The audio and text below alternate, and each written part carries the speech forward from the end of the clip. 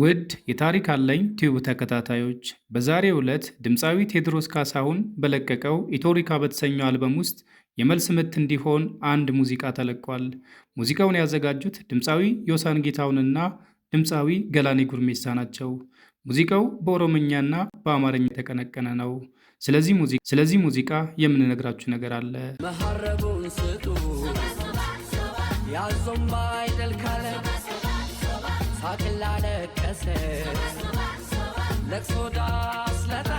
ከዚህም ባለፈ ድምፃዊ ቴዎድሮስ ካሳሁን ኢትዮሪካ በተሰኘው አልበም ውስጥ በለቀቀው ሙዚቃ በርካታ የዓለም ሪከርዶችን እያሻሻለ እየሰባበረ ይገኛል። በዚህም ዙሪያ የምንነግራችሁ ነገር አለ። ለውስጥ ያሰለክሶ ሰዋችን ደርሶ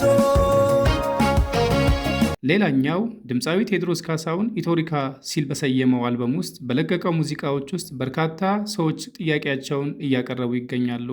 አንዳንድ ሰዎች ግን ተቃውሟቸውን እያሰሙ ይገኛሉ። ለመሆኑ ቴዲን ምን አሉት? ቴዎድሮስ ካሳሁንስ ምን አይነት ምላሽ ሰጠ? የሚሉትንም የምናይ ይሆናል። ውድ የታሪክ አለኝ ቲዩብ ተከታታዮች እኒህንና መሰል መረጃዎች በቅድሚያ ስለቅ እንዲደርሳችሁ ቤቱን ሰብስክራይብ በማድረግ ቤተሰብ ሁኑ። እስከ ፕሮግራሙ ፍጻሜ ድረስ አብራችሁን ቆዩ። ውድ የቻናሌ ቤተሰቦች ድምፃዊ ቴዎድሮስ ካሳሁን ከለቀቀው ከኢትዮሪካ ከተሰኘው አልበም ውስጥ ገላኔ ጉርሜሳና ዮሳን ጌታሁን ሁለት ሙዚቃዎችን መዘው በዛ ሙዚቃ ዙሪያ ነው የመልስ ምት የሰጡት። ሙዚቃዎቹም የአዞምባ አይደለምና ዳስጣል በተሰኙ በሁለቱ ሙዚቃዎች ላይ ነው የመልስ ምት የሰጡት። ለመሆኑ ቴዎድሮስ ካሳሁን የአዞምባን ለምን ጻፈ?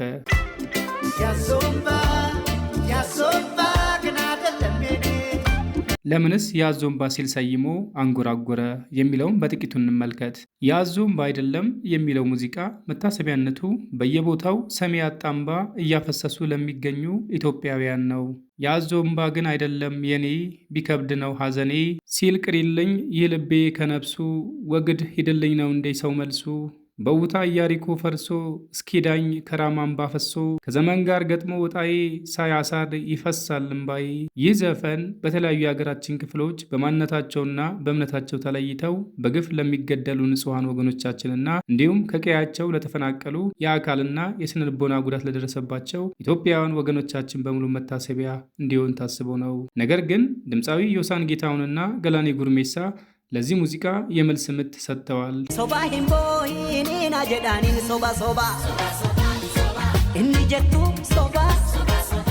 ሙዚቃው በኦሮሞኛና በአማርኛ ቋንቋ የተቀነቀነ ሲሆን አማርኛውን ድምፃዊ ዮሳን ጌታሁን፣ ኦሮሞኛውን ደግሞ ድምፃዊ ገላኔ ጉርሜሳ አቀንቅነውታል። የመልስ ምቱም እንዲህ ይላል። ማረስ አይቻልም በታረደ በሬ ልትሞታ ትችልም ትኖራለች አገሬ።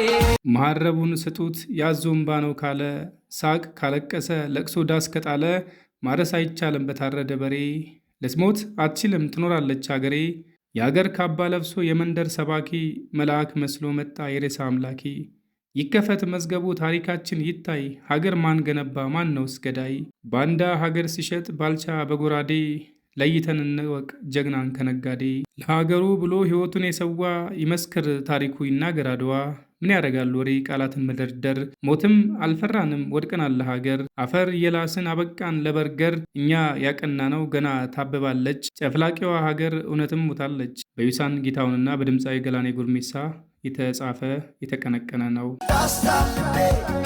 ለውስጥ ያሰለክሶ ሰዋችን ደርሶ ድምፃዊ ቴዎድሮስ ካሳሁን በእነዚህ ዳስጣልና የአዞምባ አይደለም በሚሉ ሙዚቃዎች ውስጥ የኢትዮጵያውያን ድምፅ ተካቶበታል። ሰሚ ያጣ በየቦታው የሚጮህ ኢትዮጵያውያን ድምፅ ከበርካታ ዘመናት በኋላ ድጋሚ በቴዲ አፍሮ ሙዚቃዎች ውስጥ ተካቷል። ድምፃቸውም እንዲህ ሲል ያነባል።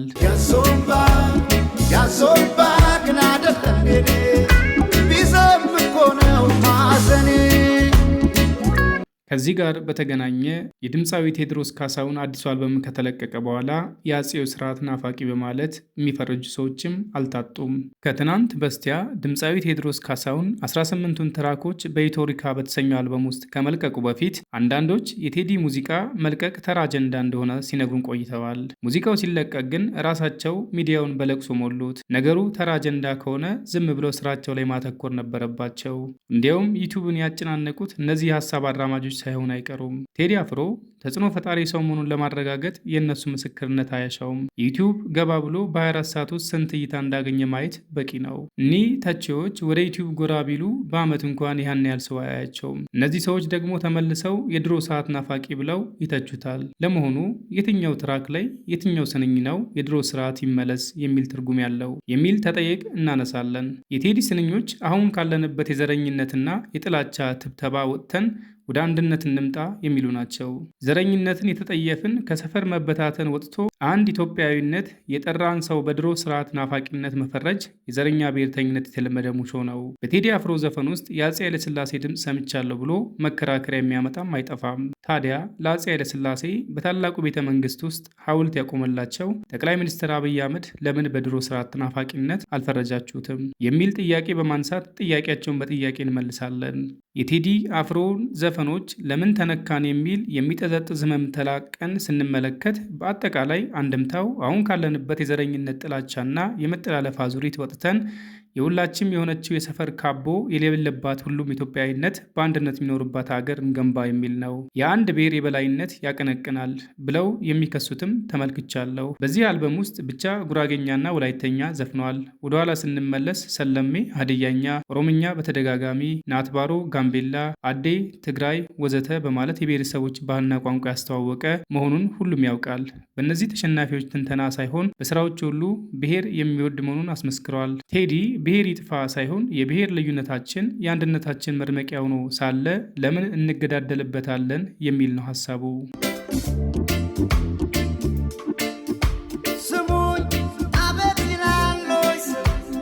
ውድ የታሪክ አለኝ ቲዩብ ተከታታዮች፣ አሁን ደግሞ በዓለም አቀፍ ደረጃ ኢትዮሪካ የተሰኘው አልበም ምን ያክል ጉድ ይዞ እንደመጣ የምንመለከትበት ነው። የድምፃዊ ቴዎድሮስ ካሳሁን አዲሱ አልበም ኢትዮሪካ የአፍሪካን የሙዚቃ ታሪክ በአንድ ጀንበር አነቃነቀው። በአንድ ጀንበር ታሪኮቹን ቀያየራቸው። ከ9 ዓመታት ረጅም ጥበቃ በኋላ በ18 አዳዲስ ስራዎች የተከሰተው ኢትዮሪካ አልበም በተለቀቀ በ24 ሰዓት ውስጥ በአፍሪካ ብቻ ሳይሆን በዓለም አቀፍ ደረጃ አስደናቂ ስኬቶችን አስመዝግበዋል። የ24 ሰዓት ሪከርድ ናዳ አልበሙ በተለቀቀ በ24 ሰዓት ውስጥ ብቻ በጥቅሉ ከ40 ሚሊዮን በላይ እይታዎችን በማግኘት ቀደም ሲል በአፍሪካውያን ተይዞ የነበረው የ22 ሚሊዮን እይታ ሪከርድ ሰባብረዋል። ከእነዚህ ሙዚቃዎች መካከል ዳስጣል የሚሰኘው ትራክ ይህ ስራ ብቻ ከ7 ሚሊዮን በላይ እይታ በማግኘት በ24 ሰዓት ውስጥ ብዙ እይታ ካገኙ የዓለም አቀፍ ሙዚቃ ቪዲዮዎች አንዱ ሆኖ ተመዝግቧል።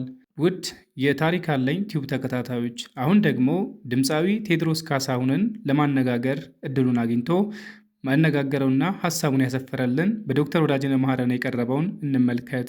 ዶክተር ወዳጀነ መሐረነ ዝምተኛው ቴዲ አፍሮ ሲል ሰይሞታል። ቦታው መኖሪያ ቤቱ ነው። ፊት ለፊቴ ተቀምጧል። አጠገቡ ባለቤቱ ክብርት አርቲስት አመለሰት ተቀምጣለች። ራት ቀልቧል። ጥያቄ ጠየቅኩት። ቴዲ ለአንተ ቅዱስ ስፍራ የት ነው? ቴዲ መለሰ ኢትዮጵያ ብሎ ዝም አለ። ያልገባው መስሎኝ ደግሜ ጠየቅኩት። ማለቴ ከቅዱስ ስፍራዎች ለአንተ የተለየ ቦታ የት ነው? አሁንም እንደተረጋጋ መለሰልኝ። ኢትዮጵያ አለና አንገቱን ደፋ አደረገ። ለመጨረሻ ጊዜ ሞከርኩ። ከአክሱም፣ ከላሊበላ፣ ከግሸን የመሳሰሉት አንተ ልዩ ቅዱስ ቦታ የምትለው የትኛው ነው? ቴዲ ፈገግ ብሎ አየኝና ሁሉንም ቅዱስ ስፍራዎች አከብራለሁ፣ ለእኔ ቅዱስ ቦታ ኢትዮጵያ ናት አለኝ። የክብር ዶክተሬት ቴዎድሮስ ካሳሁን እኔ ቀርቤ እንዳየሁት እጅግ በጣም መልካም ሰው ነው። አንደኛ ቴዲ ለየትኛውም ብሔር ጥላቻ ወይም ንቀት የለበትም። የተለየ የብሔር ፍቅርም የለውም። ለእርሱ ሁሉም ኢትዮጵያውያን እኩል የተወደዱ የተከበሩ ናቸው። ቴዲ አፍሮ የሚተማመነው በችሎታው በዝናው ወይም በገንዘቡ አይደለም፣ በሰራዊት ጌታ በልዑል እግዚአብሔር ግን እጅጉን ይተማመናል። የሚጠብቀኝ ሊቀ መላኩ ቅዱስ ሚካኤል ነው ብሎኛል። ቴዲ ክርስቶስን ይወዳል። በሳሎኑ ግድግዳ ላይ የተሰቀለው የዓለም መድኃኒት ኢየሱስ ክርስቶስ በትልቁ ተስሏል። ቴዲ ያንን ስዕል እያየ ይተርከዋል፣ ይገልጠዋል። የጌታ እናትም የልብ ወዳጁ ናት። ቴዲ አፍሮ መዝሙር ያዳምጣል። የሚወዳቸው 2 የድሮ መዝሙሮች ከፍቶ አሰምቶኛል። በራሱ ሃይማኖት ባይደራደርም ለሁሉም ሃይማኖቶች ክብር አለው። በራሱ ሃይማኖት ያሉትን የገዳም አባቶች ያከብራቸዋል፣ ይሰማቸዋል። ቴዲ ሲናገር ቁጥብ ነው፣ ቃላት አያባክንም። በሚገባ አስቦ ነው የሚናገረው። ቃላቶችን ያሻቸዋል፣ ያሽሞነሙናቸዋል፣ አጣፍቶ አሳምሮ ቀምሮ ያወጣቸዋል። ቴዲ ሲያወራ መስማት እንደ ሙዚቃ ነው። ቴዲ አፍሮ ለትዳሩ ታማኝ ነው። አመለሰትን በስስት ዓይን ያያታል።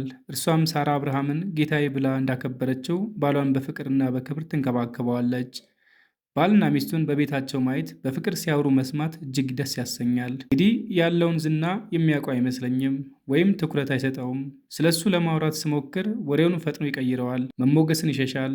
በጣም ትሁት ነው። ዝምተኛነቱ ኩሩ ሊያስመስለው ይችላል።